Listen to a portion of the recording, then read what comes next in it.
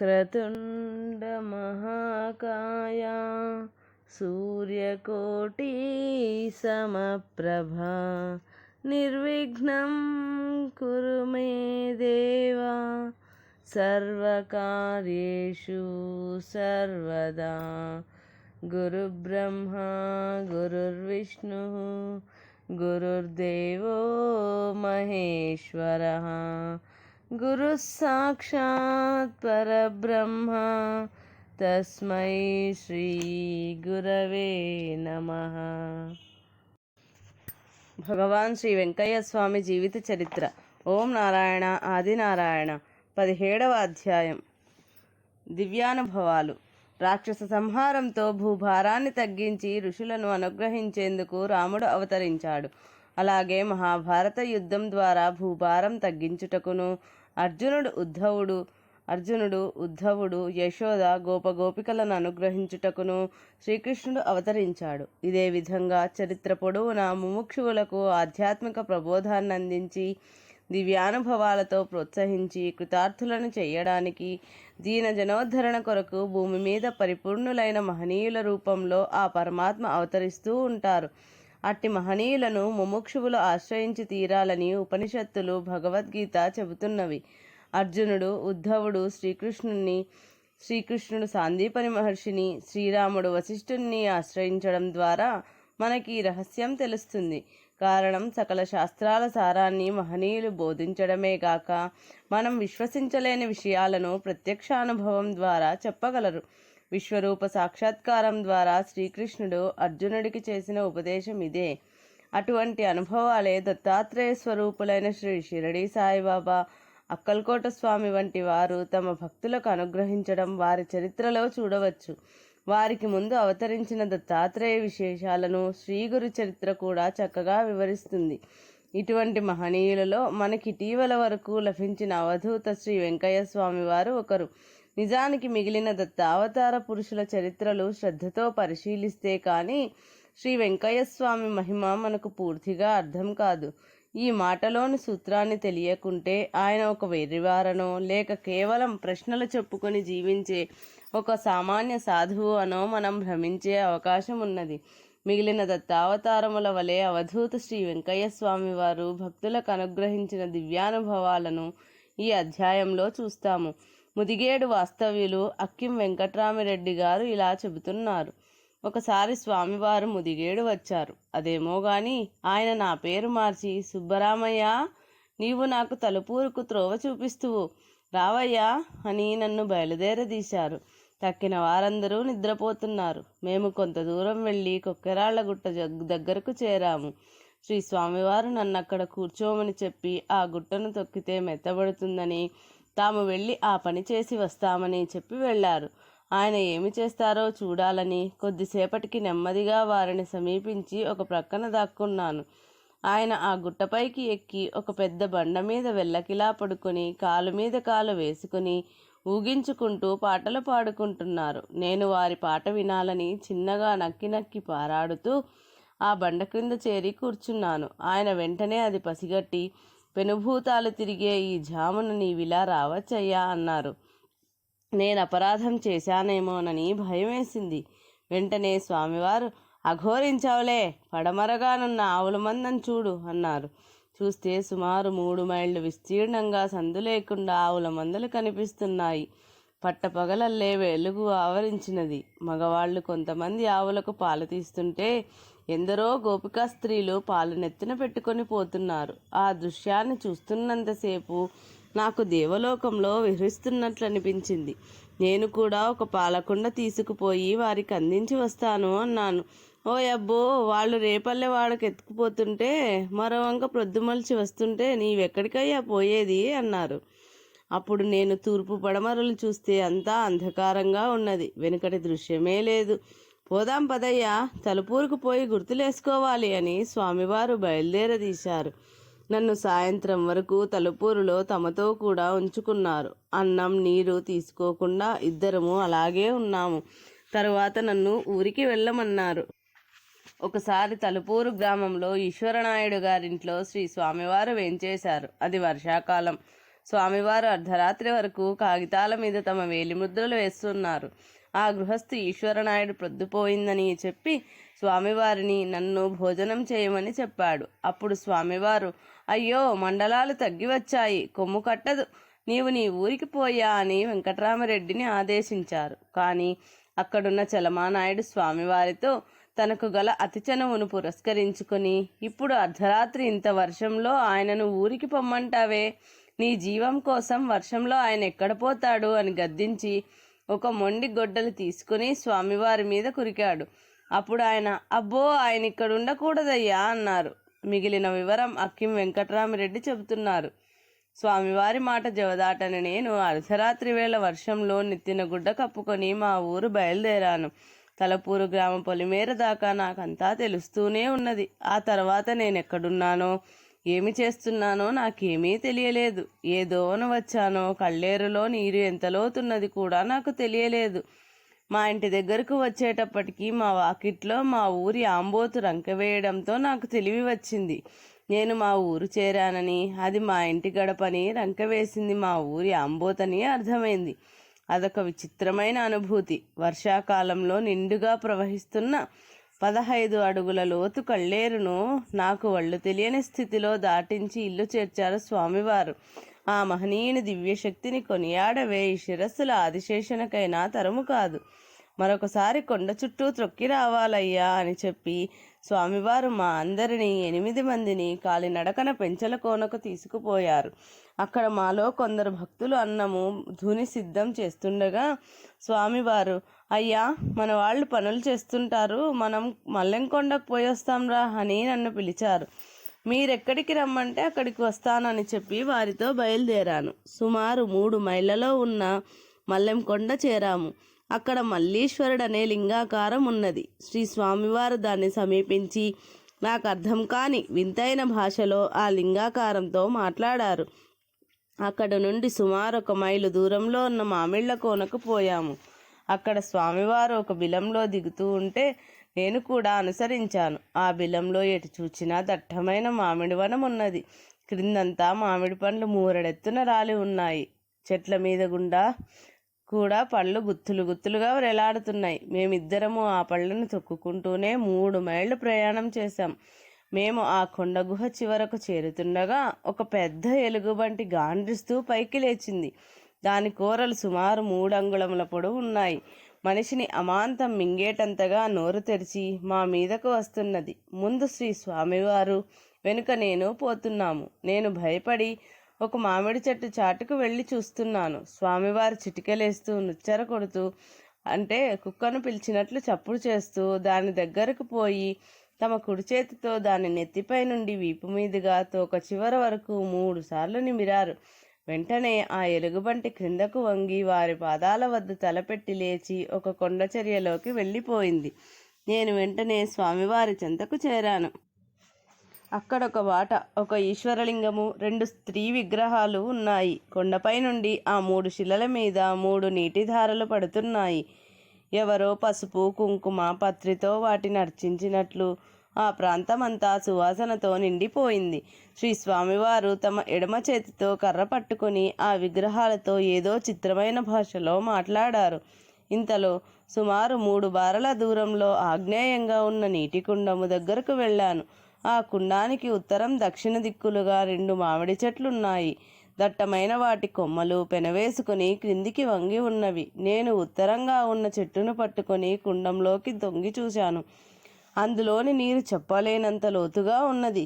దానిలో బంగారు వెండి నాణాలు రాసులు రాసులుగా ఉన్నాయి. నేనలా చూస్తూ ఉండగా పడమటి నుండి ఒక పెద్ద చేపతల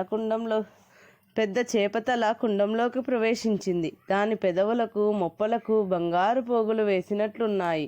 దాని తల ఏనుగు తలంత ఉన్నది. ఆ మొప్పలు తలుపు రెక్కలంత ఉన్నవి.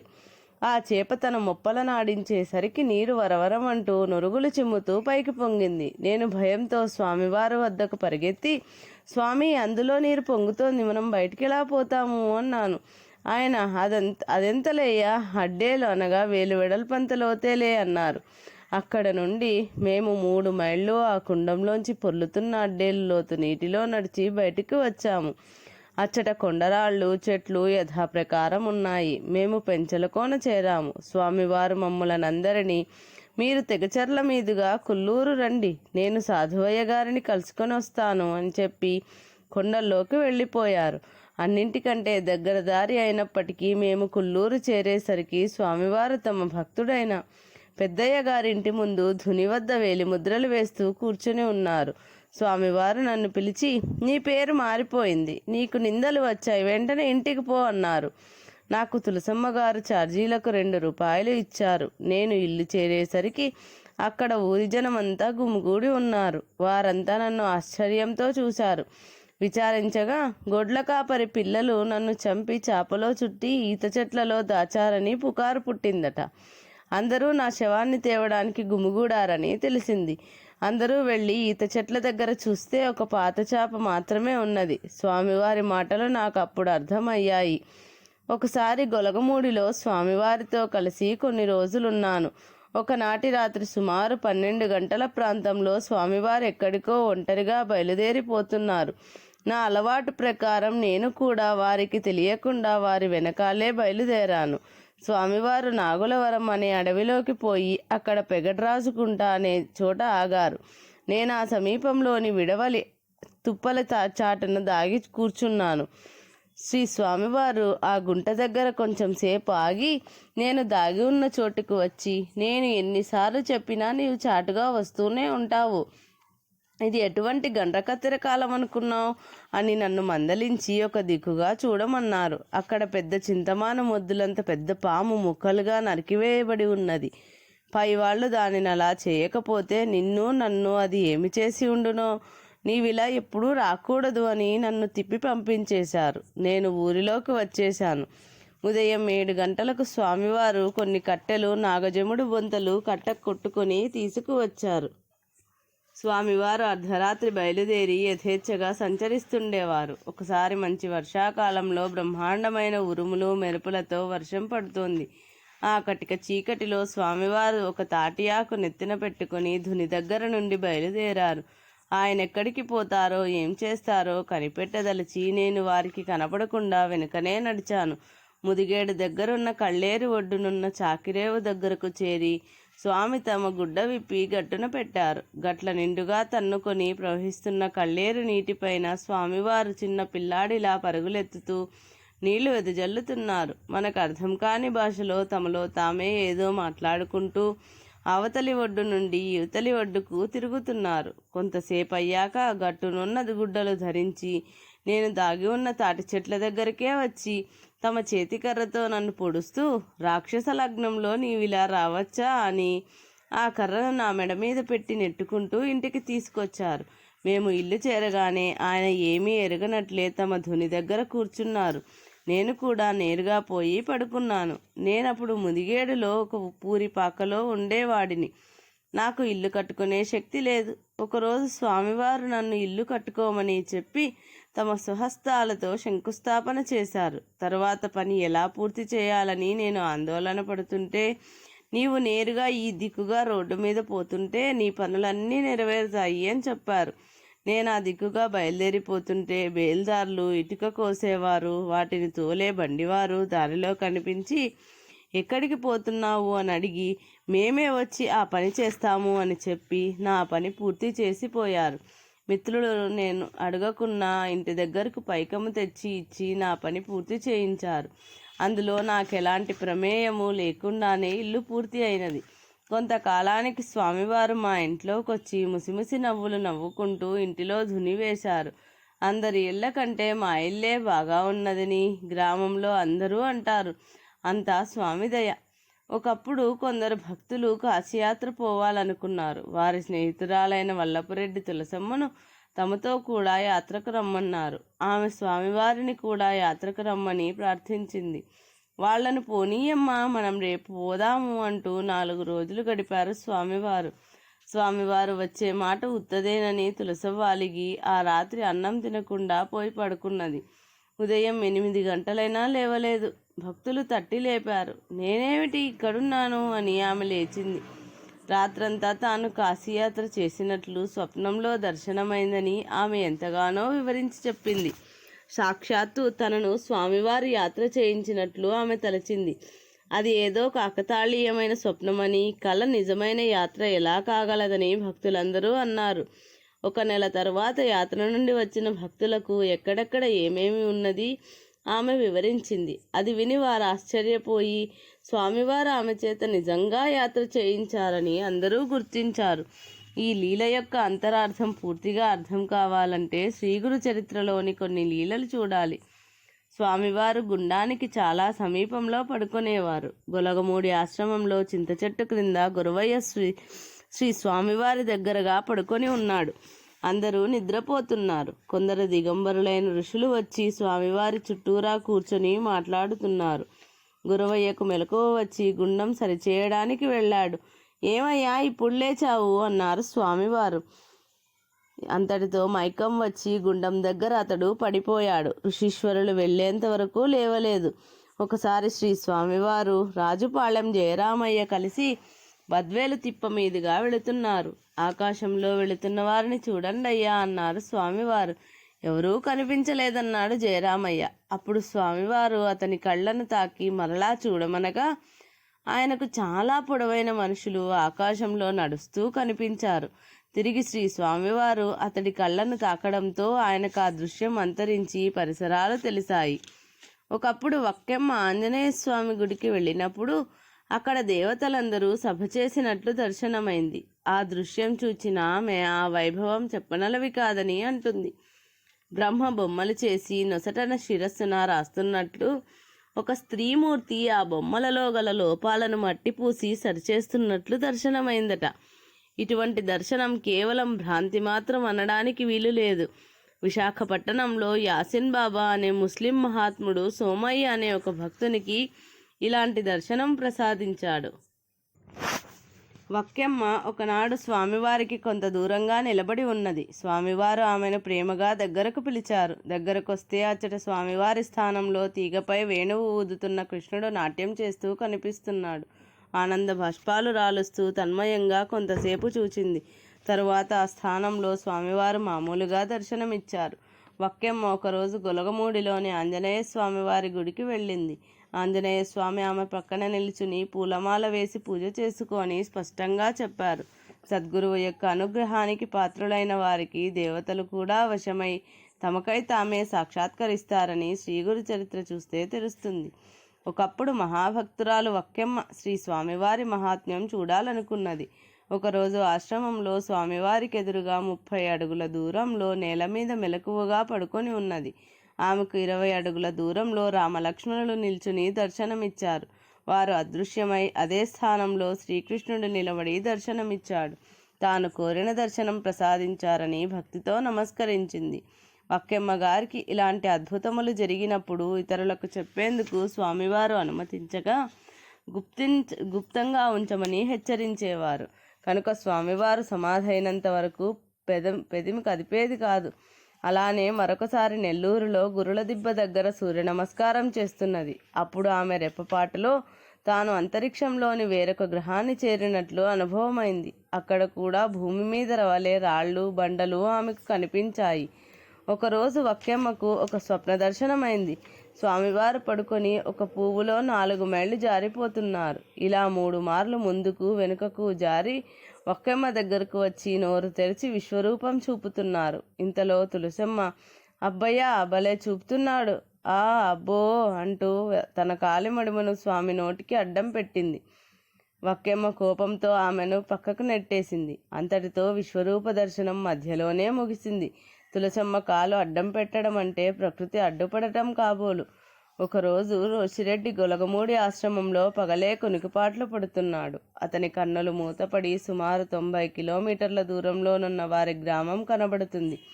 వారి కుటుంబం అంతా వర్షంలో తంటాలు పడుతూ నువ్వుల మాసూలు చేస్తున్నారు. వాళ్ళ ఇంట్లో పచ్చి నిమ్మకాయలు కోసి పోసి ఉన్నాయి. కొంతసేపటికి ఆ దృశ్యం అంతరించి మేలుకున్నాడు. 3వ నాడు రెడ్డిగారిని చూడాలని వారి చిన్న కుమారుడు గొలగమూడి వచ్చాడు. ఇంటి దగ్గర జరిగిన నువ్వు మాసూలు నిమ్మకాయల కోత గురించి రెడ్డిగారు వివరిస్తూ ప్రశ్నలు వేస్తుంటే ఈ విషయాలన్నీ మీకెలా తెలిసాయి అని విస్తుపోయాడు వారి కుమారుడు. సద్గురు మహిమంటే ఏమిటో ఆ పిల్లవానికి కొంతైనా అర్థమైందో లేదో. ఒకరోజు రోషిరెడ్డి చేతికి ఒక చెక్క పలకనిచ్చి దాని మీద ఏముందో చూడమన్నారు స్వామివారు. అతడు చూచి ఏమీ లేదు స్వామి అన్నాడు. బాగా చూడయ్యా అన్నారు స్వామివారు. మరలా జాగ్రత్తగా చూస్తే రోషిరెడ్డికి ఇష్టదైవమైన వెంకటేశ్వర స్వామి, లక్ష్మీదేవి, గణపతి విగ్రహాలు చెక్క పలకపై చాలా స్పష్టంగా కనపడ్డాయి. కొంతసేపైన తరువాత మరలా కనపడకుండా పోయాయి. వేలూరు రామానాయుడు గారు, వారి కుటుంబంలోని వారందరూ తరచూ స్వామివారిని భక్తితో దర్శించేవారు. ఒకరోజు రాత్రి తల్లి కొడుకులు మంచం మీద మేలుకునే ఉన్నారు. కుమారునకు స్వామివారి కిరీటం, భుజకీర్తులు ధరించి విష్ణువుగా గుండంలో కూర్చుని దర్శనమిచ్చారు. అతడు ఆశ్చర్యపోయి ప్రక్కనే ఉన్న వారి తల్లికి ఆ వింత చెప్పి చూడమన్నాడు. కానీ ఆమెకక్కడి ఏమీ కనిపించడం లేదు. స్వామివారు ఆ సమయంలో ఆ గ్రామంలోనే ఉన్నారు. మరుసటి ఉదయం ఆమె స్వామివారిని దర్శించింది. అప్పుడు ఆమెతో స్వామివారు, అమ్మో, పైవాళ్లు వచ్చి రాత్రి గుండంలో విడిది చేసిపోయారు అని అమాయకంగా చెప్పారు. రాత్రి తన బిడ్డకు అనుగ్రహించిన దర్శనం నిజమేనని, ఆమెకు ముందటి రాత్రి తనకు లభించిన దర్శనం భ్రాంతి గాని ఊహ గాని కాదని, కేవలం స్వామివారి అనుగ్రహం వలన మాత్రమే లభించిందని అతనికి తెలిసింది. అనంతసాగరం వాస్తవ్యులు చెడ్డా వెంకటరెడ్డి గారింటికి స్వామివారు తరచుగా వెళ్ళేవారు. రెడ్డిగారు శ్రీ స్వామివారికి ప్రేమతో ఆతిథ్యం ఇచ్చేవారు. చాలామంది ఆ గ్రామస్తులు కానీ చుట్టుప్రక్కల గ్రామాల వారు కానీ వచ్చి స్వామివారిని దర్శించి ఆశీస్సులు పొందేవారు. అనేక మంది తమ బాధలు చెప్పుకొని స్వామివారు ప్రసాదించే దారము, వేలిముద్రల కాగితాలు తీసుకెళ్లి పవిత్రంగా భద్రపరుచుకునేవారు. ఒకరోజు రెడ్డిగారు, స్వామి, అందరూ మీరు చాలా గొప్ప మహాత్ములు అంటారే, మరి నాకేదైనా నిదర్శనం చూపండి అని వినయంగా ప్రార్థించారు. అయ్యా, నిదర్శనం చూస్తావా? సరే, కళ్ళు మూసుకో అని స్వామివారు రెడ్డిగారి తలపై చేత్తో తాకి కళ్ళు తెరవమన్నారు. చూస్తే కనుచూపు మేర చుట్టూ ఏ ప్రపంచమూ లేదు. చెట్లు, ఇళ్ళు అన్నీ మాయమయ్యాయి. చుట్టుప్రక్కల ఎంత దూరం చూచినా అసంఖ్యాకంగా నీటితో నిండిన గుంటలు, ప్రతి గుంటలోనూ మెడ వరకు నీటిలో మునిగి స్వామివారి తల మాత్రం పైకి కనిపిస్తుంది. కొంతసేపు చూచాక ఆ దృశ్యాన్ని చూడలేక, స్వామి, తమరు దైవస్వరూపులు, మీకు ఆది అంతము లేదు, అనంతులు, దయచేసి నాకు మామూలు దృష్టి ప్రసాదించండి అని అలనాడు విశ్వరూపం చూచిన అర్జునుడి వలె చేతులెత్తి ప్రార్థించాడు. మరలా స్వామివారు ఆయన తలపై తాకగానే మామూలు ప్రపంచము గోచరమైంది. ఇది భగవాన్ శ్రీ వెంకయ్య స్వామి వారి జీవిత చరిత్ర 17వ అధ్యాయము సంపూర్ణం.